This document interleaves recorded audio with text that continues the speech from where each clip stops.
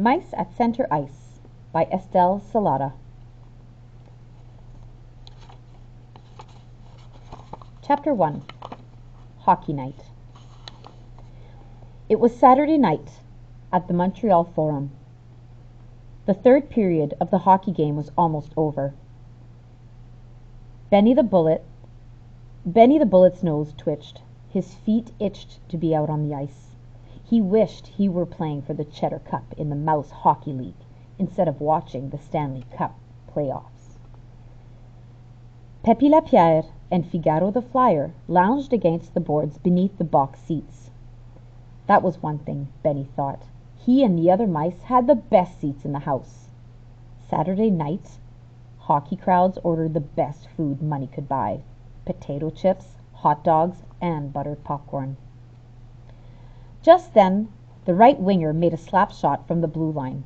It caught the goalie off guard. The red light flashed on. It was the winning goal, and the crowd went wild. It was a wonder the people didn't trample him and the other mice underfoot, Benny thought angrily. He glanced up at the clock. There were only a few seconds left in the game. What a dumb way to score a goal! Benny stood up. No passing, no neat stick handling, no class, period. Pepe Lapierre dug into a bag of peanuts someone had dropped on the floor. Benny kicked the bag away from him. "What did you do that for?" Pepe cried. "You've had enough." Figaro cleaned his whiskers. "I've seen enough of this game," said Benny. "We have to get into shape for our own hockey game." "What's wrong with me?" asked Pepe. "I'm in good shape. I can play hockey." "You'll never be able to skate for the Cheddar Cup." Benny poked Pepe in the stomach. "You're beginning to look like a fat cat." "The Cheddar Cup?" Figaro frowned. "I've never heard of that opera. Is it new?" "Never heard of the Cheddar Cup?" Benny glared at him. He jerked his thumb at the exit. "Come on, let's go. Let's get out of here before someone makes minced mouse out of us." He dodged a spiked heel and a pair of sneakers and led the way past hundreds of pairs of shoes. The three mice darted and dodged their way to their locker room. The other locker room was off limits to the mice. The rink rats lived there. Pepe, Figaro, and Benny scurried through the hole in the baseboard and headed for their favorite place. In the dressing room, Pepe stretched out an old goalie pad. The pad had been made by the legendary Pops Kininsky. Figaro sat inside his special hockey glove. Benny stood on the bench. "What's this about the Cheddar Cup, Benny?" asked Figaro. "Are we going to the opera?" He hummed a few bars from Rigoletto. Benny sighed. Figaro had this thing about opera. He had come over to the Forum all the way from Place des Arts, the concert hall in Montreal. "We're going to organize our own hockey teams again," Benny told Figaro and Pepe. "We can play better than those professional hockey players. It's time to revive the old MHL." "I thought we only played for fun," said Pepe. "We don't have the Cheddar Cup." Benny sat down on the bench. "We have only been playing for fun up until now," he explained. "Soon we'll play for keeps again." Every night after the National Hockey League game, the Montreal Canadiens and their opponents left the ice. The crowds went home and the ice was empty. Then Benny, Pepe, and Figaro played shinny by themselves. Sometimes some of the other mice at the Forum joined them. They just got out there on the ice to score as many goals as they could and to hog the puck as much as possible.